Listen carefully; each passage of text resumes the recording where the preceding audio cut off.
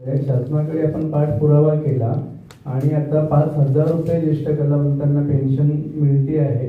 हे फाउंडेशनचे प्रयत्न आहे. तसेच पूर्वी अ ब क अशी कॅटेगरी होती कलाकारांची. तर आपण शासनाला विनंती केली की कलाकार असतो त्याच्यामध्ये आपण वर्गवारी करू नये. त्या धर्तीवर शासनाने अ ब क ही वर्गवारी रद्द करून सरसकट सर्वांना समानतेचा दर्जा कलावंतांना या ठिकाणी दिलेला आहे. आपल्या जसं फाउंडेशनचं पुढचं स्वप्न असणार आहे की जसं आमदार निवास आहे, शिक्षक भवन आहे, पत्रकार भवन आहे, तसं कलाकार भवन मुंबईमध्ये उभं राहिलं पाहिजे. कारण मुंबईमध्ये देश विदेशातून अनेक कलाकार स्ट्रगलला जातात. काहींना स्टँडवर आम्हाला पण आयडिया येईल तुमच्या प्रश्नाच्या माध्यमातून.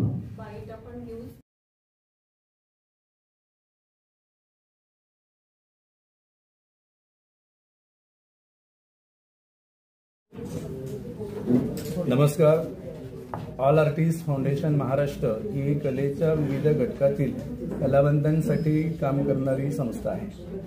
धर्मादाय रजिस्टर असलेल्या या संस्थेच्या माध्यमातून 2020 पासून कोरोनाच्या काळामध्ये पुण्यातील जवळजवळ 3-3.5 हजार कलावंतांपर्यंत मदत नव्हे तर कर्तव्याच्या भावनेतून अन्नधान्य साहित्य वाटपाचं आम्ही आयोजन केलं. त्यानंतर मोफत लसीकरण मोहीम कमला नेहरू हॉस्पिटलमध्ये आपण ठेवली.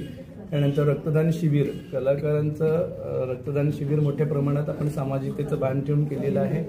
त्याचबरोबर कलाकारांना माहीत नव्हतं की म्हाडाचा फॉर्म कसा भरायचा, कुठे भरायचा, तर आपली काही यंत्रणा तरी लावली कामाला आणि आपण कलाकारांचे फॉर्म भरून घेतले. जवळजवळ आता 35 ते 38 कलाकारांना म्हाडाच्या सदनिका मिळालेल्या आहेत.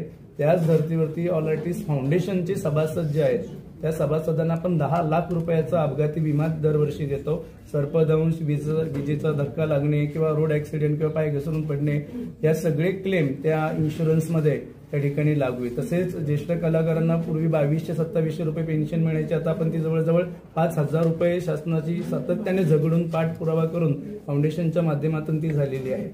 अनेकविध उपक्रम जसं की आपल्या फाउंडेशनच्या सभासदांना आपण 50% डिस्काउंट, माननीय आमदार चंद्रकांतदादा पाटील साहेब यांचा समुत्कर्ष मॉल आहे तिथे 50% डिस्काउंट फाउंडेशनच्या सभासदांना राशन भरल्यानंतर अन्नधान्याची खरेदीवरती आपण देत आहोत. आज आपण पाहत आहोत की कलाकारांना कुणाचं घर जळालं किंवा कुणाला वैद्यकीय मदत, पॅरालिसिस काही कलाकारांना झालेले आहेत, काही ज्येष्ठांचं मोतीबिंदूचं ऑपरेशन आहे, त्यानंतर अवयव प्रत्यारोपण आहे.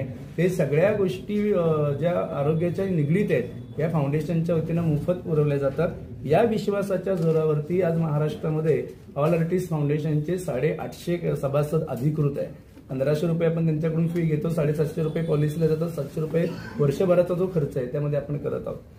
कलाकार हा नेहमीच रसिकांना मायबाप म्हणून त्यांच्या मनोरंजनासाठी सज्ज झालेला आहे. पण काळानुसार काही असे ज्येष्ठ कलाकार आहेत की जे नाउमेद झालेत की या ओघामध्ये आम्ही कुठे आहोत की नाही, तर त्यांची ते उमेद जागवण्यासाठी की तुम्ही दिलेला जो कलेचा वसा आहे तो वारसा फाउंडेशन चालवत आहे. म्हणून दरवर्षी आपण या सगळ्या ज्येष्ठ कलाकारांचं मोफत मेडिक्लेम करत असतो. त्याचबरोबर त्यांचा मेळावा आपण घेत असतो, स्नेहभोजन असतं. इतर कलाकारांच्या बाबतीत सुद्धा आपण महिला कलाकार असतील प्रामुख्याने की त्यांच्या कलाक्षेत्रीय सुरक्षितता विषय आहे. त्यांच्या ब्रेस्ट कॅन्सर चेकअप शिबिर आपण घेतले, त्यातले 8 जणी डिटेक्ट झाल्या, त्यांचं मोफत ऑपरेशन झालं. म्हणजे आपण वेळेत काळजी घेतल्यामुळे आज त्याच्यातून त्या बचावल्या गेलेल्या आहेत.